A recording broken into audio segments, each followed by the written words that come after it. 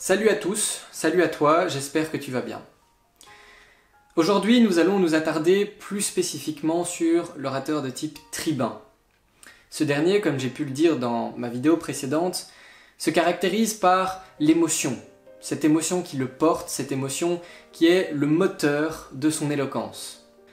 Le tribun est en général porté par une cause, porté par des convictions propres, des convictions en lesquelles il a une foi inébranlable. Le tribun, en règle générale, qu'on soit d'accord avec le fond de sa pensée ou pas, l'on ne peut pas rester indifférent face à ses prises de parole.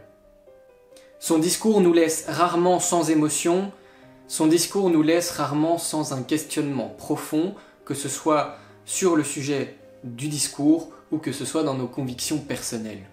Cependant, ce lâcher-prise émotionnel a quelques désavantages, dont un principal. Ce désavantage, c'est que dans des situations de débat un peu plus complexes, un peu plus mouvementées, dans des discussions plus vives, ces émotions peuvent emporter l'orateur et lui faire perdre ses moyens.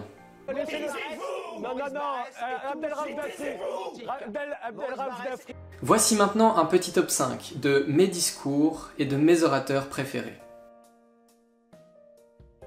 En 5e position, nous avons le général de Gaulle. Je n'ai pas choisi son célèbre discours sur la libération de Paris, j'ai préféré vous présenter sa prise de parole de 58, place de la République, quand il présente la constitution de la 5e République. Françaises, Français, de quoi s'inspire, en quoi consiste la Constitution qui, le 28 septembre, sera soumise à vos suffrages? Au nom de la France, je vous demande de répondre oui. Vive la République, vive la France! En 4e position, comment parler d'orateur tribun sans citer Mélenchon? Mélenchon est probablement l'un des plus grands orateurs dans ce style de notre époque. Pour imager mes propos, je vous ai choisi sa prise de parole concernant la réforme des retraites et l'utilisation du 49.3 par le gouvernement. Voyez-vous, dans ce contexte, je me réjouis de l'immense école civique qu'aura été cette lutte depuis le 5 décembre et qui va maintenant continuer dans une guérilla populaire et parlementaire qui va durer aussi longtemps que vous vous obstinerez. Une guérilla pacifique, car la violence ne sert que vous. Vous allez faire une crise d'apoplexie, vous ne savez pas crier et respirer en même temps. Quand on parle d'éloquence, l'on oublie souvent de parler de la musicalité des mots, de la mélodie d'un discours.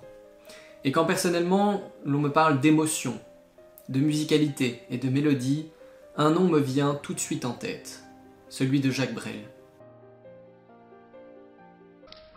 Ne me quitte pas. Il faut oublier tout, s'oublier. Maintenant, je suis sur un dilemme profond.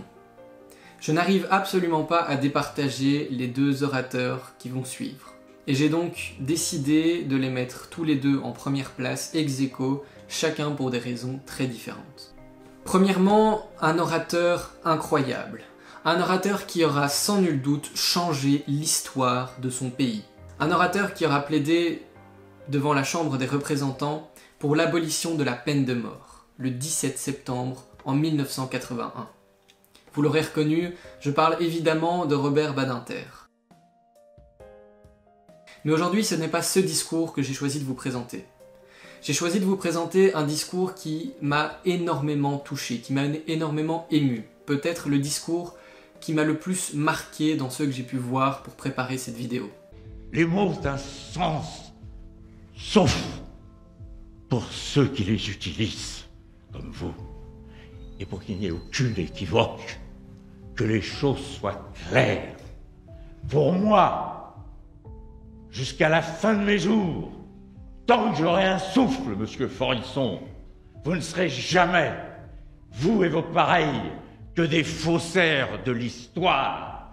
Des faussaires de l'histoire, et de l'histoire la plus tragique qui soit, dont j'espère que l'humanité tirera, elle, la leçon et gardera le souvenir. Et pour terminer, sûrement mon oratrice préférée. Sûrement l'une des plus grandes oratrices françaises, l'une des plus talentueuses, l'une des plus cultivées.